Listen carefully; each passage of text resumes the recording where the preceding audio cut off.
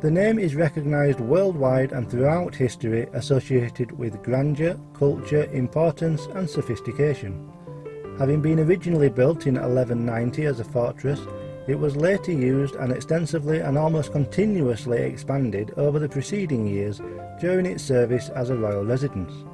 In 1682, when Louis XIV moved the royal residence to Versailles, the building became the headquarters for various arts academies. It wasn't until 1793 that it officially became a museum, yet its future as so was far from set in stone, having had to close just 3 years later due to structural problems. However, Napoleon reopened the museum in 1801 and expanded the art collection, which beforehand was only 537 pieces, and also renamed the museum the Napoleon Museum. Things were looking promising for the museum, with acquisitions from Belgium, Italy and Austria bringing the total collection to over 4,000 pieces. However, when Napoleon abdicated, all but just a few hundred works were returned to their countries of origin. Even the name reverted to its original designation. Luckily, the museum continued to expand and now boasts a size of over 650,000 square feet, a collection of over 380,000 items, and more than 9 million visitors every single year, making it one of the largest and busiest museums in the world. Ladies and gentlemen, welcome to this channel Humble Adventures. My name's Dave, and today we visit the Louvre Museum. Despite its long and complicated history, whilst examining the outside of the building, you're most likely to notice the most recent addition to the landmark, the glass pyramid. There are in fact 4 pyramids in the main courtyard, 3 smaller pyramids and 1 larger acting as the main entrance to the museum. Although public opinion was fiercely divided on the addition's proposal, the pyramid today acts as a separate tourist attraction altogether, with thousands visiting the pyramid each year without even entering the museum itself. The structure consists of 666 panes of glass, something else less popular with critics of the structure due to the number's connection with the devil. It's nestled above a large lobby providing vast amounts of light for the security, ticket office, rest areas, restaurants and shops, as well as the entrances to the 3 main wings of the museum. The Richelieu wing, amongst other interests, feature Near Eastern antiquities, European decorative arts and European paintings, as well as the sculpture courtyard. The Sully wing also features European decorative arts, as well as Egyptian, Greek and Roman antiquities, including the sculpture Venus de Milo. And the Denon wing, which is probably the most famous, as this is the home of the world's most famous lady, Mona Lisa. The Denon wing also hosts European paintings and Egyptian and Islamic art.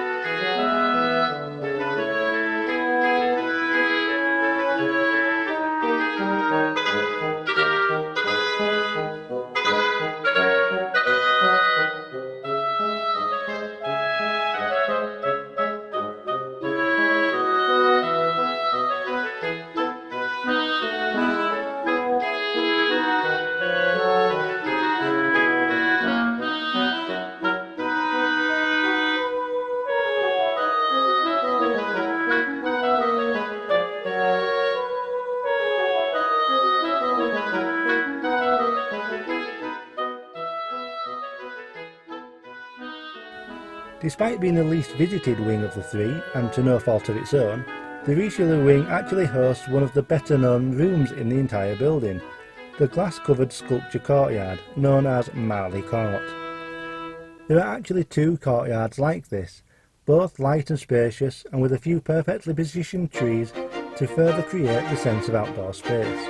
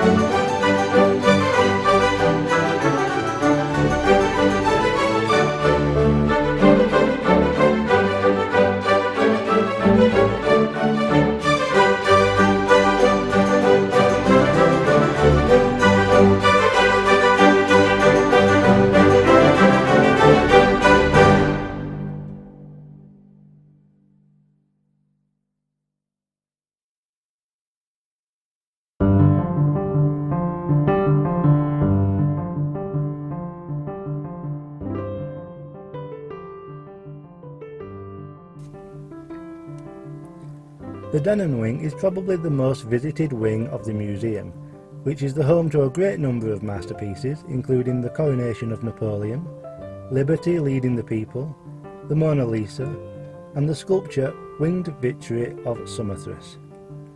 Often listed as one of the must-see exhibits within the museum, Winged Victory of Samothrace is positioned perfectly at the end of a long hall and above many steep steps.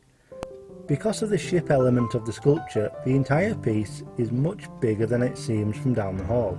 However, the proportions fit so well with the surroundings of the museum that it wouldn't be unreasonable to assume that the museum was actually built around the sculpture.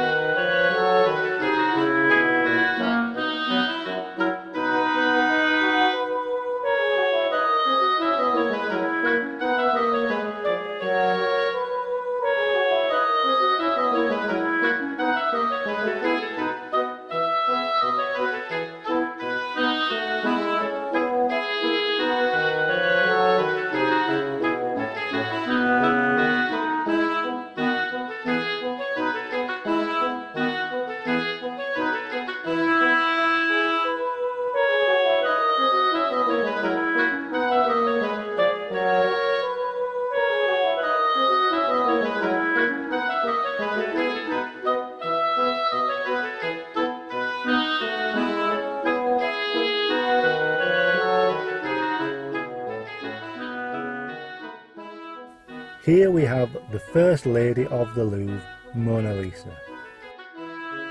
It's a common thought that the painting is tiny, but this isn't actually the case.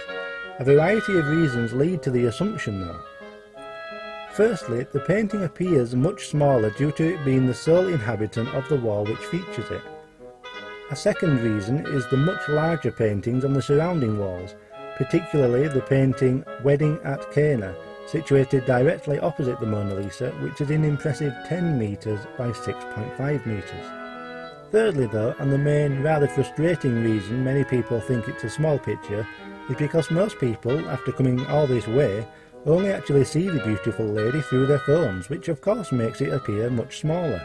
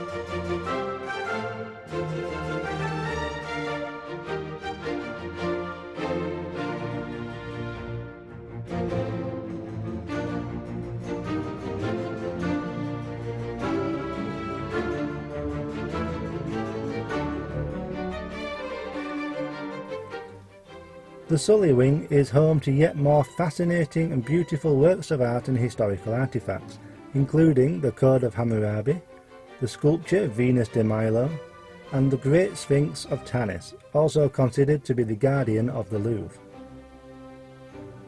The Venus de Milo is another sculpture often considered as one of the must-see items of the Louvre. Although popular, most people don't know who this sculpture actually depicts, and when I say most people, I even mean the museum themselves. There is wide speculation as to whether the sculpture is a representation of Aphrodite or the sea goddess Amphitrite.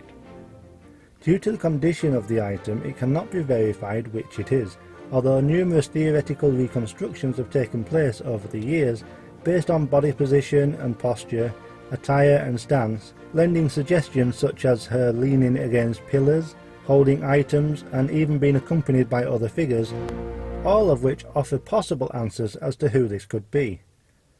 All we know now for certain, though, is that this is a beautiful stranger.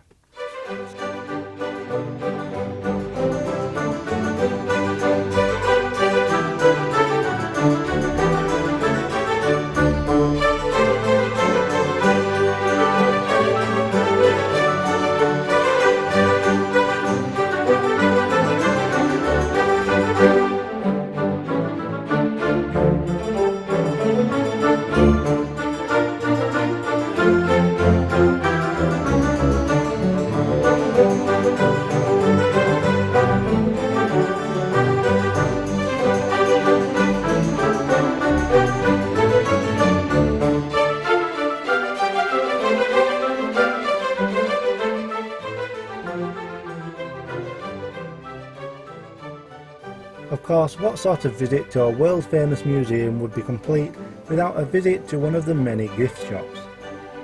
The shops are actually part of a shopping centre within the Louvre. As you can see, the prices are high, but this is to be expected.